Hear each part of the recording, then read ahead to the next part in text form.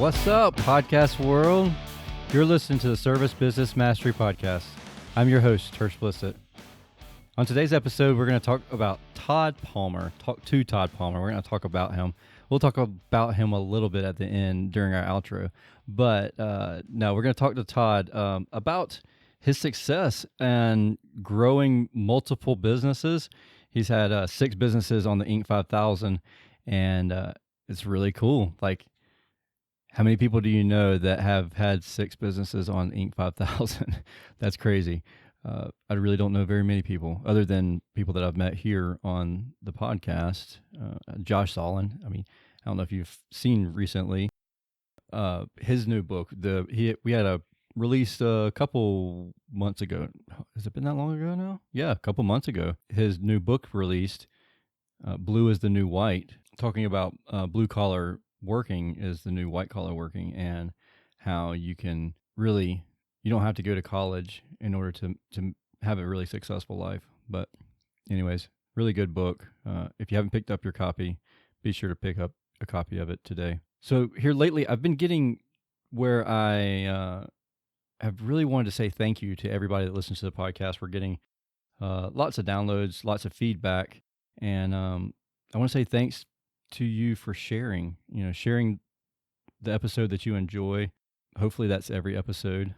Don't forget to take a picture with a screenshot. Take a screenshot of this episode if you enjoy it, and share it on Instagram or Facebook. Share it in your stories and tag me so that I can share it, and we can become social media BFFs. It's really cool, the reach that we get across the whole world. We go to events all the time, and I'll bump into somebody, and they've listened to the podcast. We connected and become friends. I mean, I think I was at CEO Warrior, and Christopher was there. That's right. That's who it was. It was Christopher. He said, "Man, I listened to your podcast," and then we connected, and it's really cool because we can have a conversation, and the conversation can kind of pick up where we didn't know that it started. It's kind of weird, but cool at the same time. But instead of reading a review today, I want to read kind of a feedback note or letter that I received a little while ago. And sometimes it's like, I don't realize the impact that we make. I hope that everybody understands that I do this for the love of everything, what the industry's given me and our family. And we're an extremely busy family, and I really just enjoy this, and I enjoy helping other people. I don't know, maybe to a fault, but it's still cool. I enjoy it. But let me read this letter. I'm not going to say who it's from. They know who it's from. Cool dude, by the way. He says, "Good morning. I know you're a very busy man, and I just wanted to say thank you.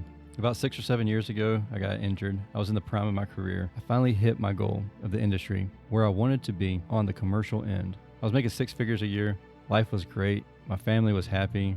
I was very happy. And then I suffered a back injury that really put me into a dark place. HVAC was all I've really done since I was a little kid. I was left with a bunch of uncertainty, the thought process of nobody wants a running back that can't run the ball mentally, and I just felt really down. I even walked away from the industry for 2 years. The change of lifestyle for me and my family, we were barely scraping by. October of last year, my wife and I had a baby, and that gave me a new sense of drive. I spent a few years trying to find the right position that would fit me and my family. I recently became blessed enough to have the opportunity to become a service manager for a large company. I knew I had a challenge ahead of me, and I had no problem accepting these challenges. I had to get in a different mindset, different frame of mind, refocus and replan, and learn some new tactics. I was introduced to your podcast from a fellow coworker. I first heard you on the HVAC Uncensored. Side note, shout out to Gil and Kelly. If you don't listen to the HVAC Uncensored podcast, you're missing out. Check them out, Gil and Kelly, on the HVAC Uncensored podcast. Back to the story. And listen to the way you talked about your experiment company, Icebound. I really dug the concept, and it really got the wheels turning for me. Ever since then, I listen to your podcast every day on my hour's drive to work. You've given me a ton of insight, ideas, and new drive. I'm doing everything I can to embrace this new opportunity, and I just want to say thank you for your podcast And the drive that you have has also given me a new sense in life in this industry that I have loved so much that I thought I had lost. With that being said, I just want to say a simple thank you. And I look forward to following you in the future and your future podcasts as well, that will continue to strengthen my skill and further my drive for the industry that we love. I am once again an asset in this industry that for a brief moment I didn't think would ever happen again. Wow. You got chills? I got chills. Okay, that's the end of that episode. Thank you for listening. No, I kid. But yeah, geez, good stuff, man. I didn't think I was making an impact like that, but I appreciate the feedback. With that being said, let's get started with today's episode with Todd Palmer on the Service Business Mastery Podcast, the podcast for service business owners, managers, and technicians who are considering becoming business owners themselves.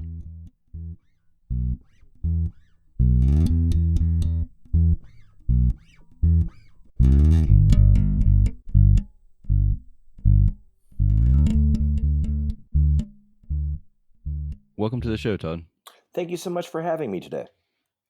Oh, it's my pleasure. So on today's episode, we're going to talk about the journey of entrepreneurship, and you've got quite the story to tell about your journey, and then you have some great advice for those who may be listening who are considering becoming a business owner, or maybe you're in the business and you're struggling a little bit, and I think you have some great advice for those people as well. So if you don't mind, could you tell us a little bit about who you are, where you're from, and why you are an expert in what you do? Well, I appreciate you applying the phrase expert to me. I think I certainly, I went to the school of hard knocks. I don't think I went to I didn't get my Harvard MBA. My background is I started a staffing company in 1997, and I did the typical business plan that most people are suggested to do. And at the time, I really thought I was building myself really more of a job, not necessarily building myself a company. And relatively quickly, we had a quick growth path. I couldn't get the $150,000 I needed for the business plan, but one of the three F's, friends, family, and fools, loaned me $15,000. And by day 72, I was well on my way to building a business in the industrial staffing space here in Metro Detroit. Our company was Diversified Industrial Staffing, and I've owned that business now going on my 23rd year. I've now transitioned, and I spend most of my time nowadays working at Extraordinary Advisors. It's our consulting practice where we basically help owners and CEOs of companies, align their core values with the core values of the individual, with the core values and the mission statement of the company. We identify the gaps there, and we really focus on drilling down in the categories of cash, strategy, people, and execution around the mindset of leadership so that companies can accelerate and grow faster. One of our clients just let me know yesterday, since working with us, they've grown their revenue by 70% and improved their margins by a factor of 5x in their first year. So there's a lot to be done there, but I'm sure we'll talk about today, a lot of it starts with the owner and helping them get out of their own way. Absolutely. So tell us a little bit about, I don't know, like you've actually gone through growing pains you started out in right before the recession, and you went through some pretty massive growing pains yourself. Can you share a little bit about that? Absolutely. And the great thing about coming on programs like yours is it gives me a chance to share with your listeners, people who are thinking about starting a company or people who already have a business, and they see somebody, like myself, who maybe I've been on the Inc. 5000 6 times with one of America's fastest growing companies, and they think, oh my gosh, this guy's got it all figured out. And I don't. And the reality is I didn't have it all figured out either. Like I said, I started the company in 97 for $15,000. It was at a perfect time in the economy, very much like today, where the country was at full employment. If you had people as a recruiter, you could get them jobs very quickly, and people needed companies needed the people you could provide. By day 72, we turned a profit. I paid the money back that I borrowed, and I was on my way. Over the next 9 years, we had good years. We had some struggling years, but nothing too terrible. Well, by 2006, we had one client that went bankrupt on us, and they stiffed us for $250,000. For a small Ouch. company, that's very painful. For the owner who personally guaranteed that money to the bank, it's very painful. And that just kind of created a snowball effect for our business. And by September of 2006, the business and myself personally were, $600,000 in debt. We Whew. were 2 months, 60 days away from running out of all of our money. We had a toxic and dysfunctional culture within the team. As the leader, I suffered from what is called imposter syndrome. I couldn't get out of my own head. I thought I had to have all the answers. I didn't want to ask for help because I'm reading these books saying about all these great pioneering leaders who were able to take this devil may care approach, and they conquered the world and titans of industry and all these things. So I'm reading all these things thinking, well, that's not me. I'm in pretty bad shape right now. I've got a staff I Yeah. can't work with. They're not performing. I'm not performing as a leader. So what I did is I actually, took the last few dollars I had, and I went out and took a risk, and I hired a coach. And the coach took a look at our finances. He took a look at me personally, and we talked a lot about what we were going to do. And we made some tough decisions, and we decided to change the business model. And more importantly, we decided that it was time to change the team. And on September 9th of 2006, I walked in and fired my entire company, and I started over. Mm. And it's one of those days that you think it's the worst day of your life, and now it's something that I pretty much talk about on pretty much a daily basis with people, and Yeah. to give them hope that no matter how bad things can be, there are ways to get out of the problems that in my case that I felt I had created. And by changing our model and by changing the way we did business and the way I hired people, I used to hire people who had a recruiting background or a human resources background to work at my recruiting company. And I pivoted that. I decided to hire really good people and train them to be good recruiters. So we came up with a model called hire for DNA, not for resume. That was a really big stepping point. And within the next year, we made the Inc. 5000 for the first of 6 times, as literally one of America's most successful companies. And it all started on that day where I realized I'm drowning in debt. I fired everybody. I buckled up the chin strap a little bit on my football helmet, listened to my coach talking to my ear, and decided to change the business as well as change how I led the company. Wow, that's a ballsy move. So how many people was it that you laid off? 10. Wow. That's scary. Like, I couldn't imagine hiring 10 people. I mean, like, it had to turn right back around. How long did it take you to restaff those people? Because I've gone through, and we don't hire in the industry either. We hire outside the industry. And so therefore the training process is pretty intense. So like, I couldn't imagine having to find 10 new employees and train them like instantly to support the customers that we have now. Well, what I did is I actually didn't hire 10 people. What I did was I took a look at the model of the business, and I realized there were operating deficiencies. So I tightened some of those deficiencies up with softwares and technologies. Then what I decided was important was I had to hire my first employee. And I remember the first employee who came to work for me, she's interviewing this big office with all these empty desks, and like it's like the scene from one of those apocalypse movies, like where's everybody at?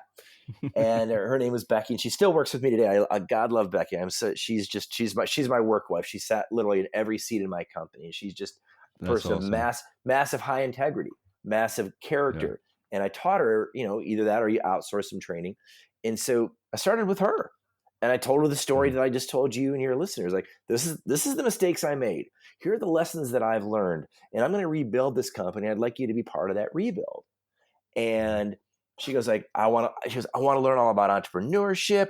I think you can teach me. You seem so open and so willing to be transparent with me. Yes, I'll take the job. And she's been with me ever since. And Did we she have a goal to start her own business? that's a great question. She did. She did. Yeah. She was like, I want to. We were like 2 years into our journey. She's like, I said, so yeah, when looking back, why did you decide to work for me? She's like, You had made so many mistakes. I figured if I could just, I want to have my own business. If I could just do what Todd didn't do and not make those same mistakes, I'll be much better off. And what she really discovered is her greatest strength was to be that right hand person. And she decided she didn't have that risk tolerance to start her own business, so she never did. That's so funny because we that's one of the questions that I ask too whenever we hire someone is well, I ask like, what do you want to do when you grow up? And it's funny because I'll have some like 30, 35-year-old people and say, when I grow up, like, yes, like this job is potentially just a stepping stone for you. And we acknowledge that Sure. elephant in the room because a lot of service techs want to become service business owners, and they don't want to tell the owner of the company, hey, look, I'm just going to be here for a little while and then I'm going to start my own business. And if we just get that out in the open to start with, and I know, hey, they want to be a service business owner, I can train them to, even if they do become my competition, they know what to do. It's good competition versus just coming in and being the cheapest guy in town. And so we go through that training process, and then I've several times I've had technicians come to me later and say, "Look, that's just way too much work for not enough return on investment." So I'm going to Well, stay here and be a service tech. I think it's absolutely brilliant what you do. I think it's absolutely the savviest way to do it, because when you start off if your business is rocking and these guys are learning a lot from you, and they can Hmm. mentor under your leadership, and they can learn what they need to do, things like you said, the right way, not the cheap way. Yep. And you just never know. I've got a buddy of mine. He owns a company named 1-800 Got Junk, and he had this methodology where he would actually find these guys who wanted to start their own business, and he would be their seed capital, and he would go into business with them so they could Yeah. start with and still maintain that relationship, even if they were somewhat competitive. There's plenty of business out there for everybody, and his mentality around it is like, as the leader, my job is to grow great leaders. And if that leader has that passion to start their own business, why wouldn't I bet on them with my money? Absolutely. And then while they're here, take advantage of, I'm not using them, but I am using them. So while they're here, we can work together and we both make money. And then once they go and they leave and they become a healthy competitor, then it's just a win-win for everybody in the scenario. And then when they have people come on board or people applying for a job with them and they don't have space, they say, well, we don't have room, but here's where you need to go apply, or and they still recommend customers and future employees over in our direction. Well, and you just never know. There could be that day where you guys just decide to join forces and build a Yeah. bigger organization, and you bring Mhm. synergies together. So I think there's nothing wrong with having a great relationship with somebody in your space. Because the reality is, it's a very small world. And if you're Mhm. doing a great job, you're gonna get busy. And if you can Yep. refer somebody to your competitor, the referral makes you look good as the referring source. I've got a Yep. client right now. She's actually in a transition phase with her business, and she's telling her clients that she's essentially going to retire. She wants to go do something different. And I'm coaching her through how to transition and offload all those customers to the best competitor possible, and while getting a referral fee for that. And, Yep. and she's winning. The customers aren't getting any upset in service, and the new company is so appreciative that the owner, she and the owner, have essentially become best friends. And I think they're going to have a long-standing relationship. So should you ever want to get back into the business or go coach in this very unique niche, she's got her first built-in client right there. Yeah, absolutely. And I like that the entire dynamic of the customer doesn't have to worry because that's our employees are our first customers, but then the concern of our customers are first. So like that entire customer experience, and especially in the service industry, there's a lot of unknowns and a lot of variables that are just scary to people who haven't ever experienced their air conditioning breaking or having to replace an air conditioner, because on average you only do that 3 times your entire life. Right. So uh, if you can find someone else and just migrate them into that transition, and then it's like, oh my gosh, like even if they become customers of your competitor, I've still had people recommend us, even though they don't use us. And it's because of when we told them no, it was the experience of being told no was just incredible to Well, them. what I even hear behind that, and I love this so much about what you're saying, is you're having the mentality and the mindset. And I work with my clients so much on this.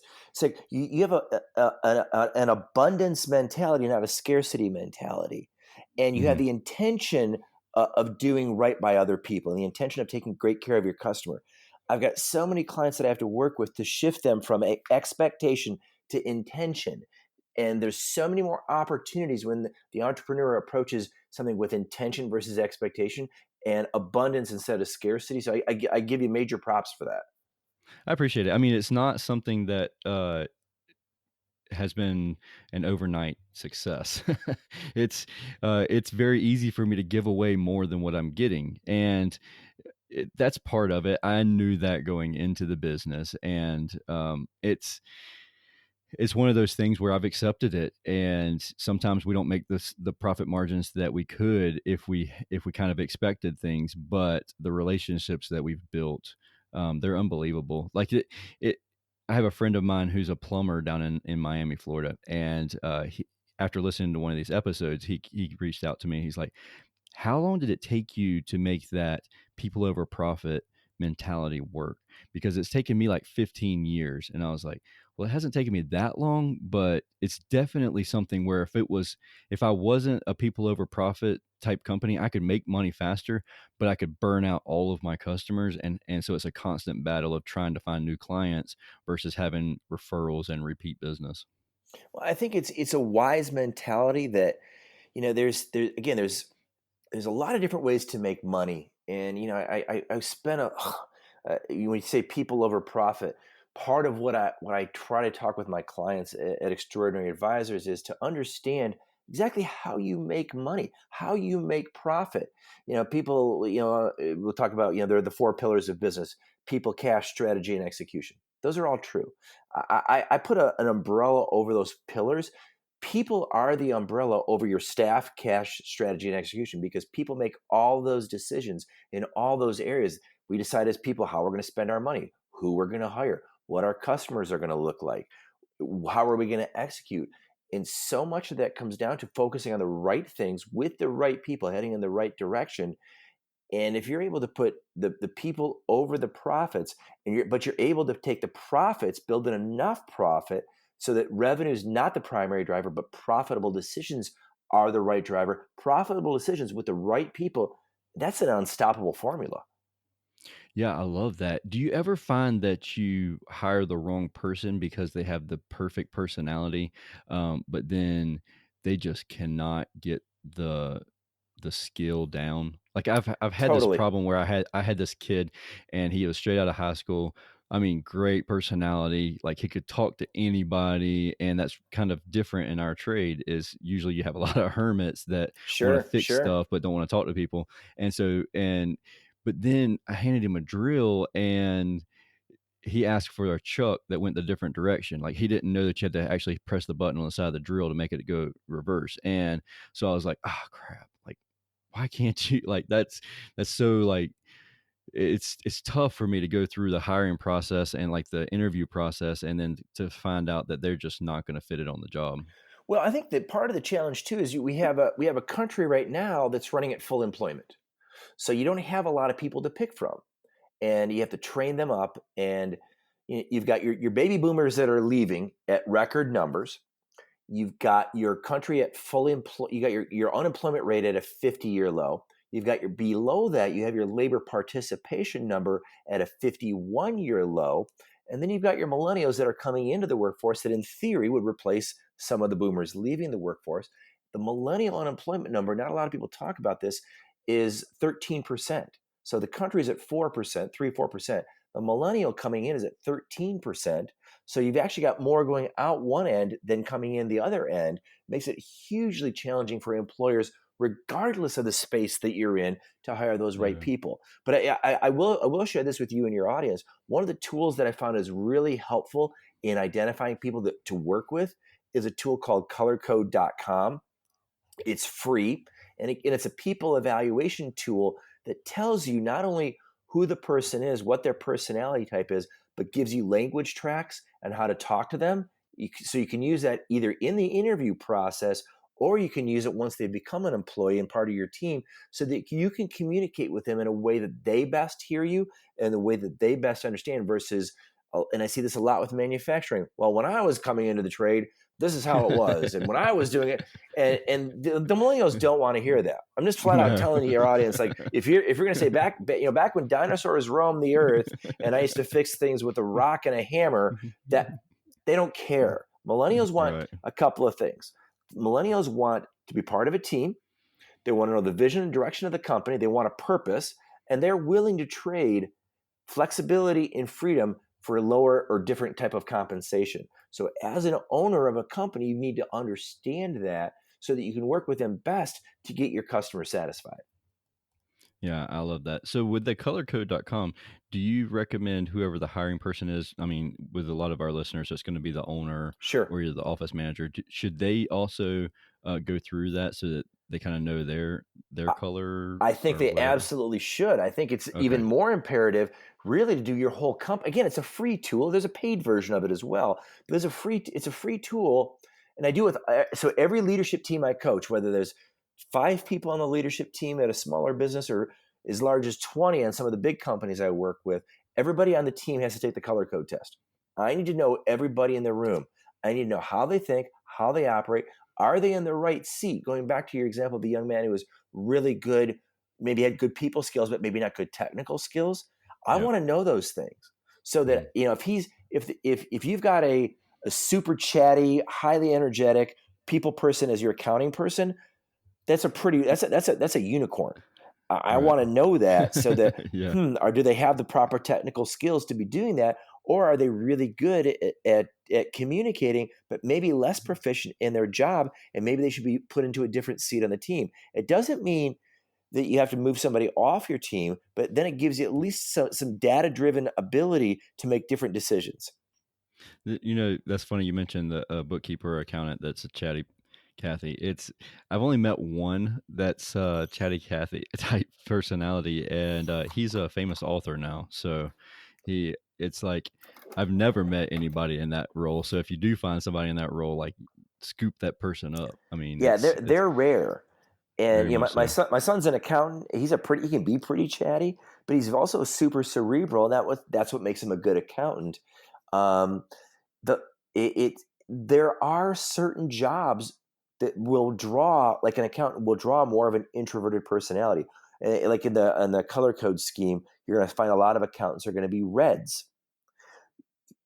White is the complete opposite end. So your artists, your musicians, your creatives are your whites. I'm not really sure we want a creative accountant. Yeah, we just want you to put the right numbers in and get the right numbers out. We're just going to make them up, and it looks really pretty. Not going to work so well. We're going to change everything about your process because it looks better this way. Right, exactly. Where the accountant's like, nope, you can't spend the money. Nope, you can't do this. You need that person who's going to say no.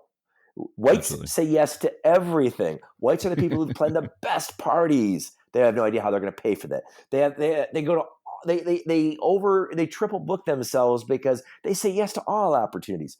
That's great. Probably not your best accounting person. Yeah, they have that FOMO, that fear of missing out of it. They really do. Yep. It's so funny because I just interviewed a couple of days ago for the podcast, and they're called the Money Couple. And it's funny because we even had a discussion about that on their episode because of your money personalities and saying yes and no to certain things, and that's really cool how that fits into even this the color code and all that. It's also funny because their last name's Palmer too. Well, they're probably just short of brilliant. I can only imagine. I could totally tell that. Yes, very much so. Cool. So tell me a little bit about your book. So what I did is I sat on a couple of boards at universities, and I would go speak a lot at schools, and I would talk to the kids, and I'd ask them, in the debrief, how are you guys finding jobs? What does it look like? And I was really blown away at both the high school and at the university level how unprepared kids were to find their first job upon graduation. And it really bothered me. I could say I'm guilty of that myself. I had no clue Yeah, what to do, it the really, process or really anything. bothered me. So I'm talking to the president of the university that I was closest to, and the question ultimately arrived at kind of this juncture. It was the university in the business of educating people, or was it in the business of job readiness? And he and I had a real passionate debate about this. And he says, we're in the education business. I said, as a parent paying for school, you're in the job readiness business. And back and forth and back and forth and That's back right. and forth. And I said, the students that I talk to aren't ready to go out and find jobs. They're not armed with the proper information and the proper blueprint for success. So that's really why I wrote my book, The Job Search Process. It arms people looking for their first job, but it can be used by anybody, but specifically for kids graduating high school or college to go find their first job in 6 weeks or less. It's a proven methodology. If you follow it, it will work. Literally, I had a friend of mine, my son's friend from high school, found a job in 3 days just following it. He's like, "Oh, this is super easy now that I know what I'm supposed to do." So it's really designed, and it's funny. We're just coming off of the high school graduation season here in Michigan. Mm-hmm. And I always see a spike in sales because it's the gift that people give to their when they go to graduation parties, when they give it to their nieces, their nephews, their grandkids. Hey, this is a book that really helps you lay out how to do a successful job search.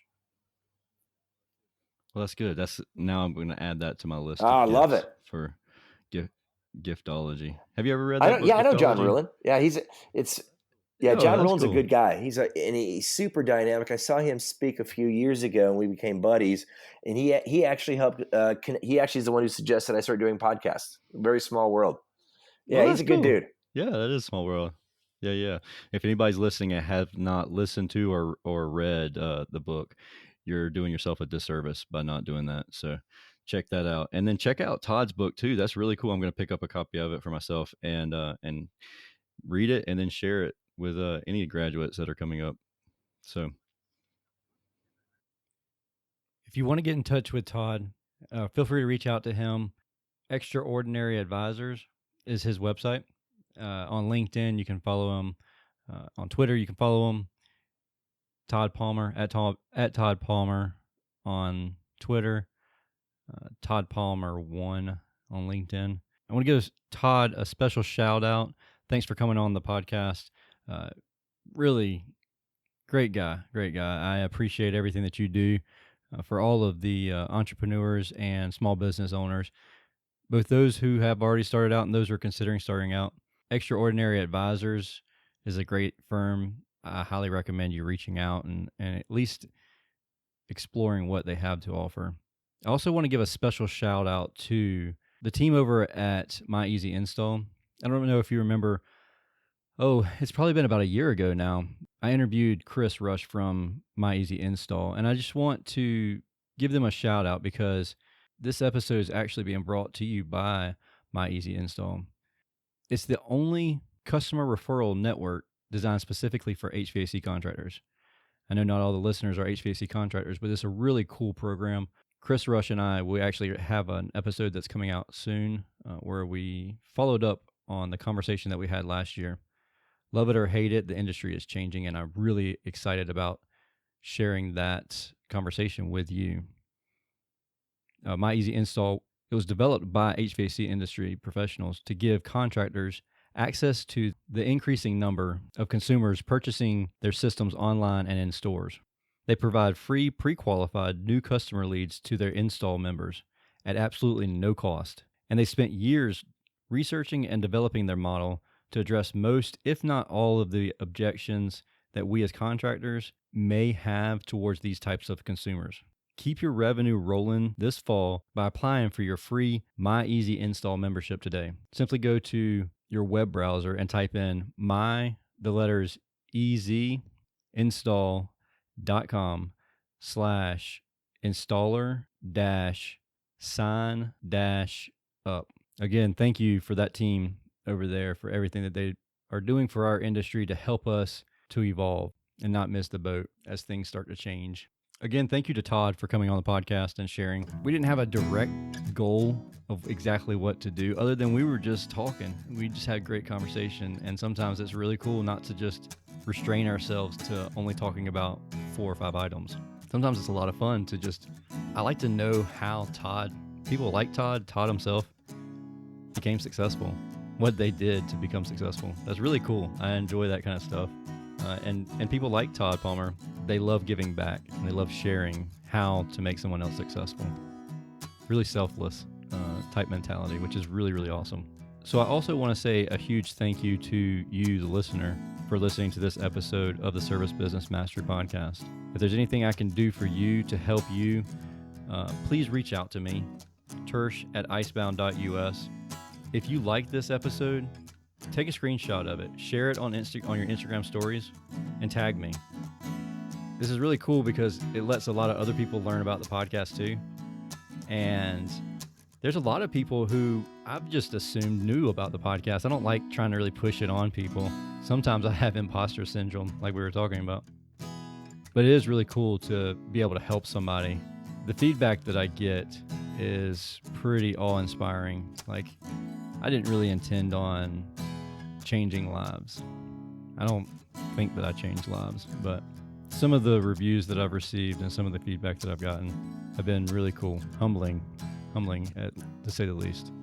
With that being said, thank you again for listening to this episode of the Service Business Mastery Podcast, the podcast focused on service business owners, managers, and technicians who are considering becoming business owners. We'll talk again soon.